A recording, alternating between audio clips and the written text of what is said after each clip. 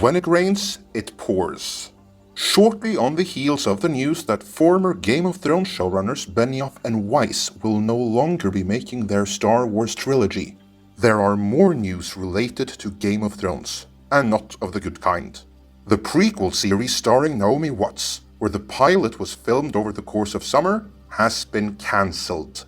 In this newsflash, I guess, I'll go over these news, break down what has happened and how it will affect HBO, and finally, how it may reflect on Benioff and Weiss themselves.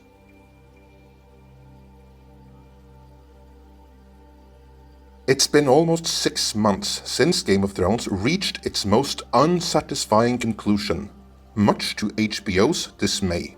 Not only did the series end several seasons earlier than they would have liked, it ended in such an unsatisfying manner that it's going to affect revenue from secondary markets, like Blu-ray sales. However, HBO still had a plan to monetize Game of Thrones for many years to come, with spin-off series.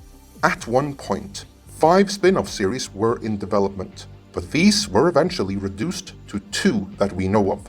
Of these 2, one would take place thousands of years before the main story and deal with the Long Night, and the other would be set 300 years before the main story and deal with the Targaryens.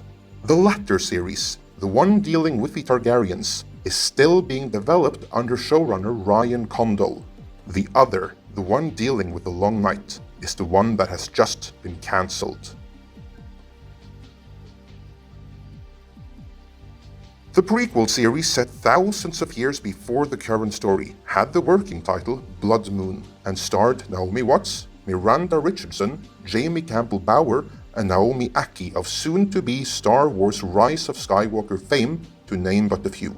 The pilot was written by Jane Goldman, who also served as showrunner, while it was directed by S.J. Clarkson, who at one point was attached to direct the 4th Star Trek movie for Bad Robot.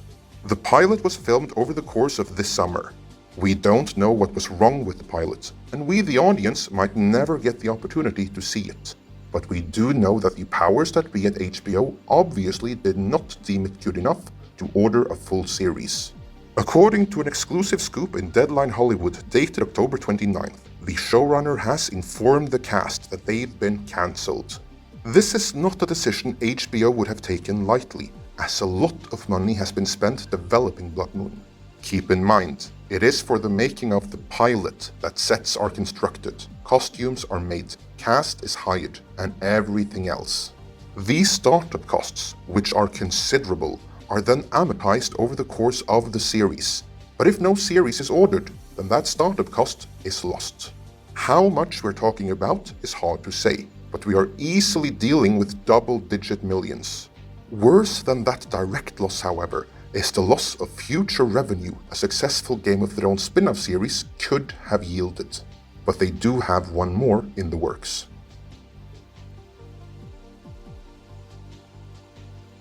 Ryan Condal is still developing that Targaryen prequel series, the one which is set 300 years before the main story.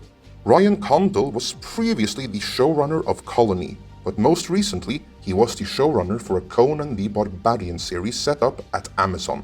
By all accounts, that was going to be something special, as those who've read the pilot script were of the opinion that the series had the potential to equal or top Game of Thrones.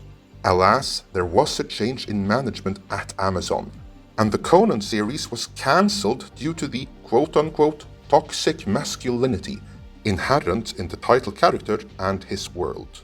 So, let's hope that Condal will bring whatever he brought to his now defunct Conan series to Game of Thrones as well. While the Condal series remains in development, it is nonetheless bad news for the franchise that the first attempted spin-off was cancelled, and that this happened right on the heels of Benioff and Weiss being off Star Wars.